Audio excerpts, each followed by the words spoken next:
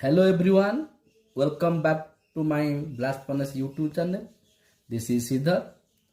Today we are going to learn a very important topics on heat balance. And first we should know what is heat balance, why heat balance is important for the blast furnace. We should be know it. So what is heat balance? Everyone know. It is the method of calculating where heat is generated and where is used and where it is lost inside the furnace or any thermal system. That is the heat balance. Why? Because it helps us. It helps us to reduce fuel consumption, improve proper thermal efficiency, reduce production cost, maintain stable furnace condition. But we should know and we should find out and identify heat losses area and how we will take the corrective action. In my previous video, the topic was how much heat we were getting from the hot blast temperature, already discussed. And now we will explain how much heat we get from the carbon. So मैंने कुछ parameter लिया हूँ जो मैंने पिछले video में मैंने discuss किया था और वो हिसाब से हम आज बैलेंस करेंगे कि कार्बन से कंबशन होने से हमको कितना हीट मिलता है।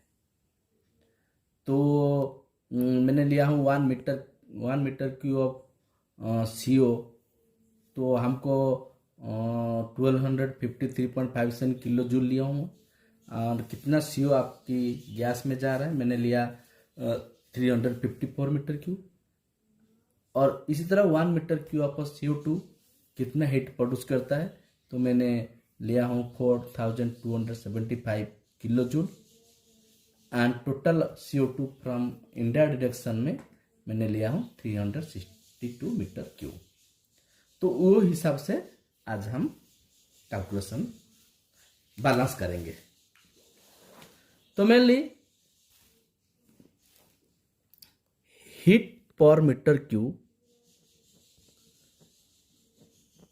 हीट पर मीटर क्यूब CO, पहले हम CO से निकालते हैं, CO से फिर उसके बाद हम निकालेंगे CO2 से।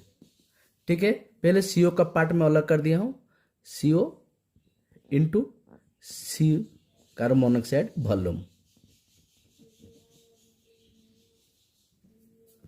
Plus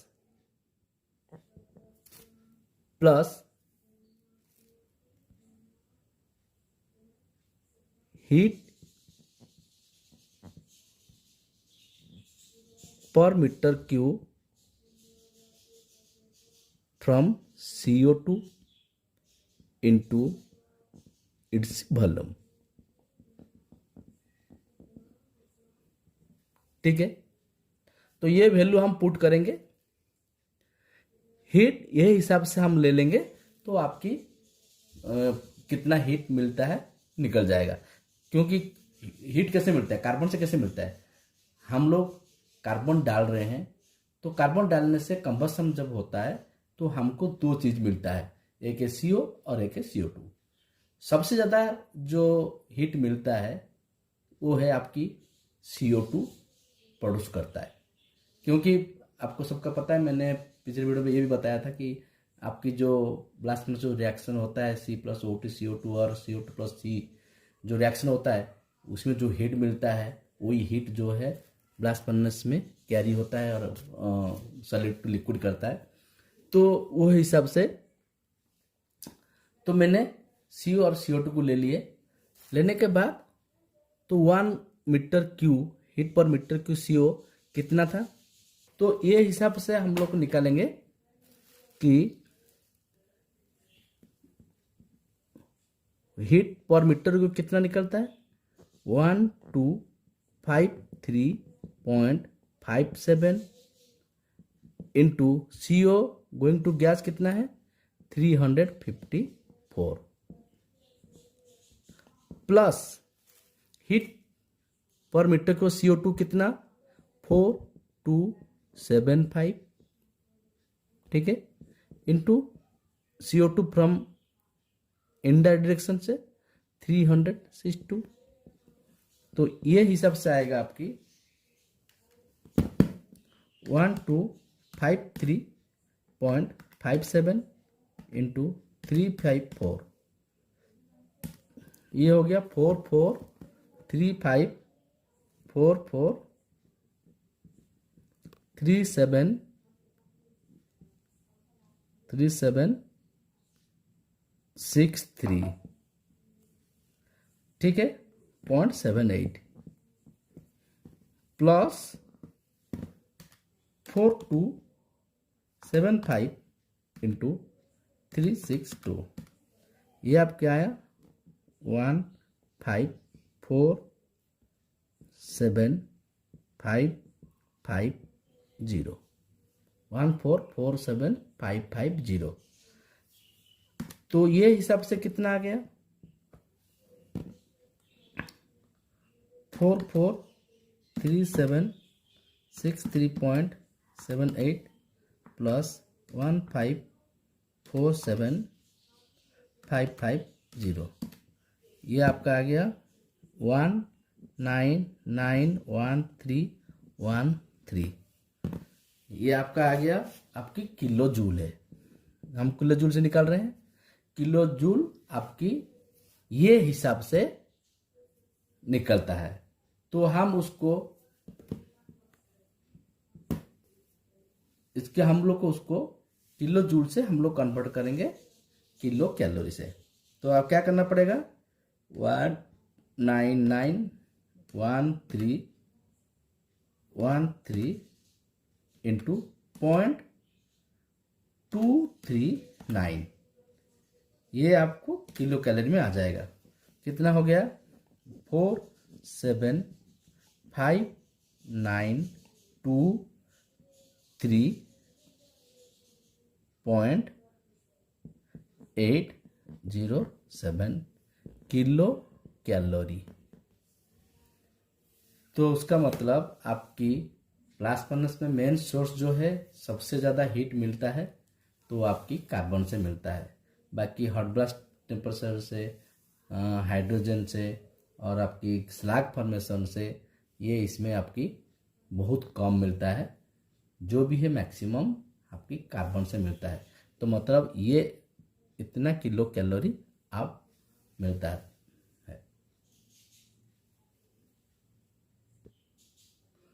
We should know the heat balance is the very important for the blast furnace people who is working in blast furnace.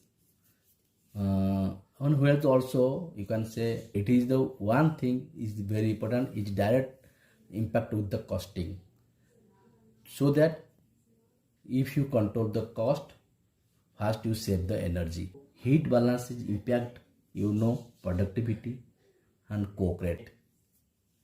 So we should be understand the heat balance. This heat balance and this knowledge is very useful for the blast furnace operator, process engineer, not only blast furnace but also sinter plant, DRI, power plant, all the thermal industry professionals. So they are all calculating heat balance.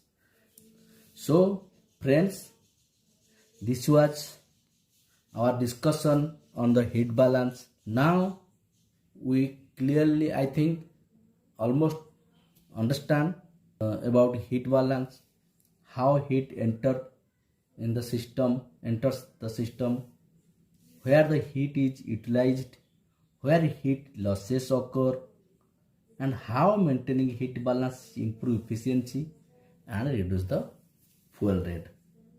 So always remember, a well balanced furnace is well performing furnace. You always remember these things.